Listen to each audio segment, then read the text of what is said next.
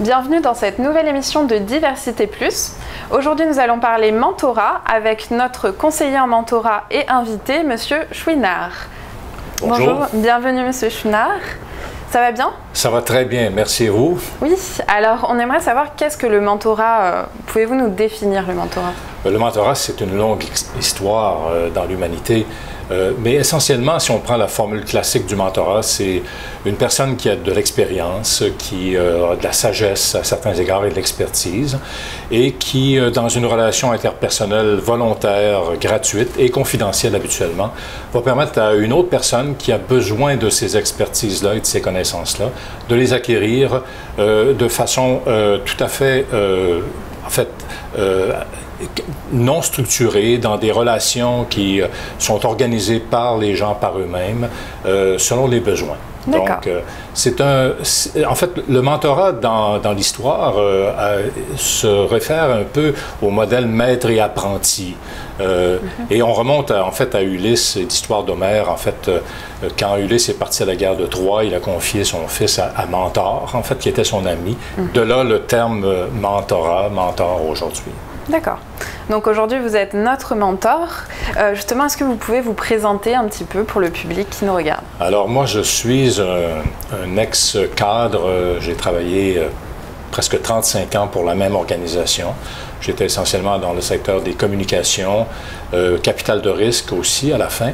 Et lorsque j'ai pris ma retraite, je me suis intéressé beaucoup au coaching et finalement le mentorat est apparu en cours de route parce que les gens des fois ont de la difficulté à différencier le coaching et le mentorat. Alors, donc j'ai pris même une formation à l'UQAM ici en mentorat et depuis ce temps, j'implante des programmes de mentorat dans les organisations, je forme les mentors et les mentorés. Je fais moi-même du mentorat, particulièrement auprès des jeunes immigrants qui doivent s'intégrer dans la société par le travail. D'accord. Et pour ces jeunes immigrants ou vos autres publics, quels sont leurs problèmes principaux, leurs obstacles quand ils viennent vous voir? Pour ceux qui arrivent au pays, généralement, le plus grand problème, c'est de trouver un emploi. Et on sait que l'emploi, c'est le meilleur facteur d'intégration dans une société. Si vous trouvez un emploi, tous les autres problèmes vont presque disparaître parce que vous pouvez gagner votre vie, vous pouvez vous trouver un loyer, le payer. Et au départ, on ne trouve pas nécessairement l'emploi dans le secteur où on a un profil qu'on avait dans un autre pays. Mais ce qui est important, c'est de trouver un emploi. Alors, donc, la principale problématique, d'abord, c'est ça. Ensuite, des fois, c'est la langue. Si vous arrivez du Brésil, si vous arrivez d'un pays où on utilise une autre langue que le français, parfois, dans la même année, j'ai vu des jeunes immigrants apprendre l'anglais, le français, et en même temps chercher un emploi, et même étudier en même temps pour avoir un diplôme universitaire québécois. D'accord. Alors, les gens n'ont pas de grandes problématiques personnelles à cet égard-là. C'est vraiment un côté pratique. Et c'est là que le mentor va accompagner la personne grâce à ses réseaux, à ses connaissances également, pour aider la personne à vraiment naviguer dans une société qui lui est pas familière. Et ça va jusqu'au jargon qu'on utilise, par exemple, dans un CV, à la manière de répondre dans les questions d'entrevue. Donc, tout ce qu'il faut faire pour être accepté dans la société et trouver un emploi. D'accord. Donc l'objectif, c'est vraiment de trouver un emploi? Oui, c'est bien ça? Exactement. Et puis ensuite, est-ce qu'on peut venir aussi vous voir si on veut changer de profession ou est-ce que vous pouvez nous donner des conseils pour améliorer notre compétence aussi? Oui, le mentor peut accompagner quelqu'un pour toutes sortes de raisons.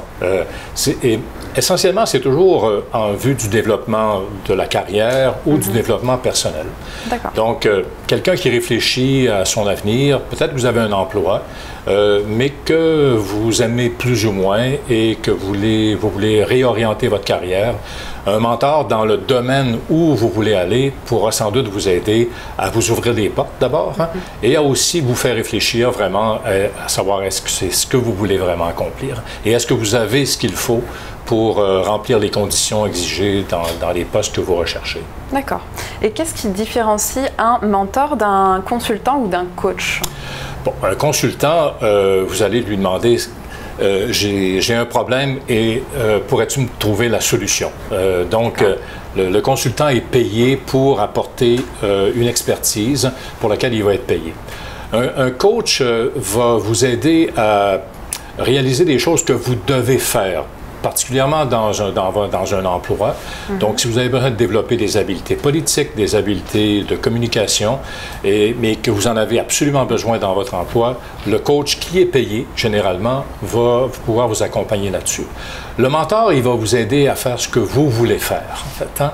Le mentor n'a pas de pouvoir sur vous et vous laisse libre de faire ce que vous accomplissez. Il va vous guider, un peu comme un Sherpa, va vous avertir mettons, des obstacles que vous pouvez rencontrer et va, au bout du compte, travailler avec vous un certain temps, mais des fois durant plusieurs années, comparé au coach qui va travailler avec vous durant une période de temps assez limitée.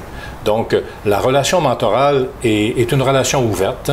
C'est une relation, en fait, où le mentor est un aide de transition. Il va vous aider à passer d'une situation à une autre. Même on parle quasiment de quelqu'un, un passeur ou un accoucheur. En fait, c'est pas lui qui accouche, c'est vous, mais il va vous aider à passer à travers une transition qui peut être difficile ou qui peut être un rêve que vous voulez réaliser. D'accord. Et selon vous, quelles sont les conditions de réussite d'une relation de mentorat? D'abord, la confiance doit exister. Et il faut que les deux personnes soient absolument confiantes que ce qui est dit d'abord reste confidentiel. Les deux doivent avoir une certaine compatibilité. Parfois, la chimie même se développe en cours de route lorsque la relation évolue. Et les personnes doivent être prêtes à s'investir, je parle des mentorés, dans les devoirs ou les suggestions que le mentor pourra vous faire pour vous amener un peu parfois en dehors de certaines zones de confort que vous avez. Donc, si le mentoré ou la mentorée ne s'engage pas pleinement dans un exercice de développement, soit professionnel ou personnel, ça va être seulement de gentilles discussions, mais qui ne permettront pas à la personne d'atteindre ses objectifs au niveau professionnel ou personnel. D'accord. Combien de temps dure cette relation de mentorat en moyenne? Bon, si on parle d'une relation informelle, ça peut durer une vie dans certains cas. Et je vois par exemple Bill Gates, le fondateur de Microsoft, qui a comme mentor Warren Buffett, qui est un des hommes les plus riches au monde. J'imagine qu'ils ne doivent pas parler de comment on fait de l'argent, en fait. Mais ils sont ensemble depuis des années. La relation, le jumelage se fait pour une période d'1 an et les deux s'engagent dans cette relation-là pour la période d'1 an. C'est selon les besoins. Et un mentor peut nous aider durant une certaine partie de notre vie pour une transition donnée. Et après, ça peut être un autre mentor dont on a besoin pour un autre défi, une autre problématique. On peut avoir plusieurs mentors dans sa vie. On peut même avoir plusieurs mentors en même temps. Selon les dimensions, on peut en avoir un pour une dimension personnelle, mais on peut en avoir un pour sa carrière également. D'accord. Et à titre formel, combien ça coûte environ? Est-ce que vous avez tous les mêmes tarifs ou... C'est une bonne question. Ça ne coûte rien. Un coach normalement, va vous exiger des honoraires. D'accord.